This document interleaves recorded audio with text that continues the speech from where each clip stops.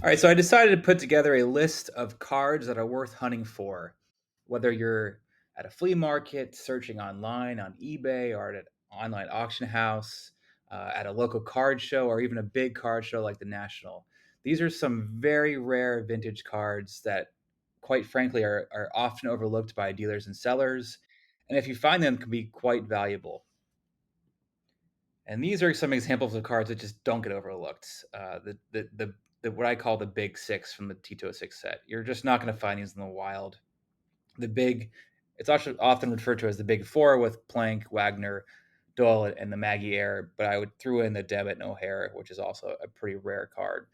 Um, but dealers are well aware of these cards and collectors, so chances are good you're not going to find these hidden somewhere online or at a card show. But you might be able to find the following. The keyword is might because these are very rare vintage cards, but they're pretty valuable and they just quite frankly aren't on most people's radars. Starting with the M116 Sporting Life, what I call the Big Five. These are five very rare cards, the hardest cards to find in the set, and a set that's honestly gaining in popularity from the Sporting Life magazine. But the reason why these five cards are so rare is because they're the only team variations in the set, and they were released very late in the series, known as the 300 series. There's only about two examples of each one of these big five cards, and they're the Frank Smith Boston variation, Johnny Bates Cincinnati variation, Cy Seymour Baltimore, Amby McConnell Chicago, and George McQuillan Cincinnati. And some of these cards have gone for $5,000 to even $20,000. And in fact, the Johnny Bates Cincinnati variation, not the Phillies variation, that's the more common one, but the Cincinnati variation was actually one of them was discovered at the 2016 National in just a pile of vintage commons.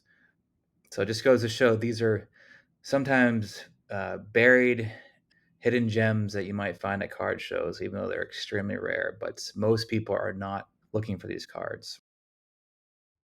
Then we have the E91, what I call the Big Nine. These are the rarest cards in the set. Not necessarily the most valuable. That would be the Joe Jackson card. But the Joe Jackson card is not a super short print. It's his rookie card. And of course, there's a lot of Joe Jackson collectors. But these cards are very tough to find. And back in the day,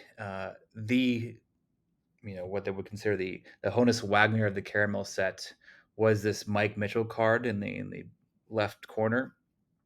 That was believed for years to be the hardest card to find in the set, but that was all before the internet. Um, and nowadays, these other eight cards are considered just as rare as the Mike Mitchell, and that's the Hugh Duffy card, who's a Hall of Famer, Bill Sweeney, Jake Stahl, Fred Clark, the Pittsburgh variation, not the Philadelphia variation, and the Peaches Graham, Ed Walsh, who's a Hall of Famer, Tris Speaker, who's a Hall of Famer, and it's his rookie card, and then Patsy Doherty. Doherty is not until recently, I think, have people figured out how tough this card is, so that's why I included it in this big nine. And the speaker it has really risen in price lately. I mean, it's gonna be tough to find a speaker if you're gonna find it in an auction house when they know it's a rare card. They usually go for $10,000. But if you can find any of these cards, they are quite collectible. A lot of people love this set, and some of these are just never come up. And sometimes you can find them come up for next to nothing. Maybe not the Hall of Famers, but some of the more common cards like Stahl and Sweeney and Doherty and Graham. And the N172 Old Judge 1890 Players League cards. These are definitely cards worth looking out for. Old Judges in general are very rare on their own. There's less than 5 to 10 of each card, but these players leagues cards are just very scarce and carry a premium. 1890 was the last year that Old Judge issued baseball cards, and they did so in very limited quantities. And that was also the only year of existence of the short-lived Players League. And these Player Leagues cards are typically very faded, even for N172 standards. But the way to identify if it's a player league card is the PL, which I've circled on these cards. They're usually found on the lower right hand corner of these cards. And then the N16 M1015, what I call the big three, and that's the Bills Becker number 12, Bobby Wallace number 186, and Forrest Candy number 23. The M101 set from the 5 and 4 series is generally considered to be pretty straightforward. There are some very rare advertising backs, but the fronts are relatively easy to come by. But these three are extremely short printed, and each one of these cards are rare because they have a different card also numbered the same. So Beals Becker number 12 also has a loot bone variation, and then Bobby Wallace, who's a Hall of Famer. The more common variation of number 186 is Zach Wheat, and then the number 23 card, the Forrest Candy card, the more common variation is Mordecai Brown. So these cards are very tough to come by. Less than 4 total found of each one of these cards, and they typically go for over $10,000. We have the E254 Colgan's chip set. I love this set. I was going to call this the Big 10, but there are probably an extra 5 to 10 that could also be considered in this super short print list. But these are the Colgan's chips that are the most popular choice for the rarest cards in the set. And again, these are all team variations. That these Most of these players have other cards in the sets, but these team change variations are what makes them so rare. And that's the Dodd Baskert Philadelphia, Jack Rowan Philadelphia, John Titus Philadelphia. This is actually his only card in the set. This is the only player that doesn't have a team variation. And he's got the classic mustache you see in the bottom right corner. Harry Kovensky, Chattanooga, Rudy Holzwit, Chattanooga, Simeon Mersch, Chattanooga, Al Orth, Indianapolis, George Shrim, Birmingham, Rube Waddell, Hall of Famer. The Minneapolis variation is his toughest variation. He has two other variations in the sets, and then Elmer Flick, Toledo, who's also a Hall of Famer, and this is one of the rarest cards in the sets. And he also has another variation, the Cleveland variation, but the Toledo one is the one to get. But that's what makes this set a lot of fun. Some of these cards can go next for nothing. Sometimes these cards go for a ton of money. It's very much worth looking out for the team variations. Then the 1912 T207, what I call the Big Five, and it's usually referred to as the Big Three, but I'll get into why I included two extras on the list. The Big Three was always known as Loudermilk, Ward Miller, and Irving Lewis, but I included two others, and that is the Mike Donlin card and then the variation of Irving Lewis.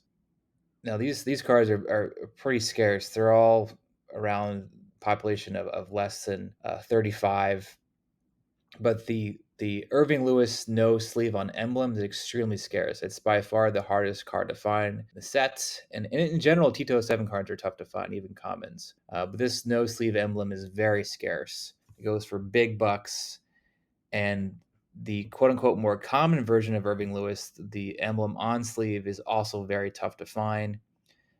And actually, Loudermilk, Lewis, and Ward Miller were just they had a small cup of coffee in the league. They were only around for a couple games, but Mike Donlin was a big star uh, back then. He was also a vaudeville star, and I wanted to include him on this list because his card is very scarce, and you're seeing a lot of talk on forums about how tough this Mike Donlin card is. So I thought it'd be worth putting on the list.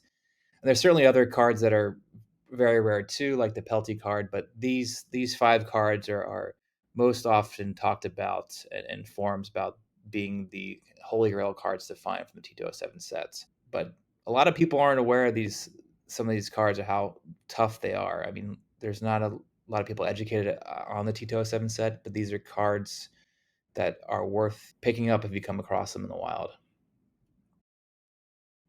And then this is a card I think most people are aware of, but I often forget about what exactly is the variation, and that's the 1911 T205 Dick Hob no stats variation. So there are several variations of Hobitzel in the T205 set. The T205 set is just filled with errors and variations. I think he has one where it has a 1908 Cincinnati in the stats, and he has one where it's without Cincinnati, and there's another one where his name's misspelled. But the key card of the entire set is this version of him where he has no stats on the back of the card, and it's only found on the Hassan cigarette back. So if you find a Dick Hobitzel, also referred to as Richard Hobitzel, card with a Hassan back, you might have a very rare card. You just have to check to see if there's any stat lines below his bio. This card can sell for big money. This particular card I have featured here sold for $23,000 back in 2022. They still command very high prices even today. Often considered to be the Honus Wagner, the T205 sets, with a total pop of just 53.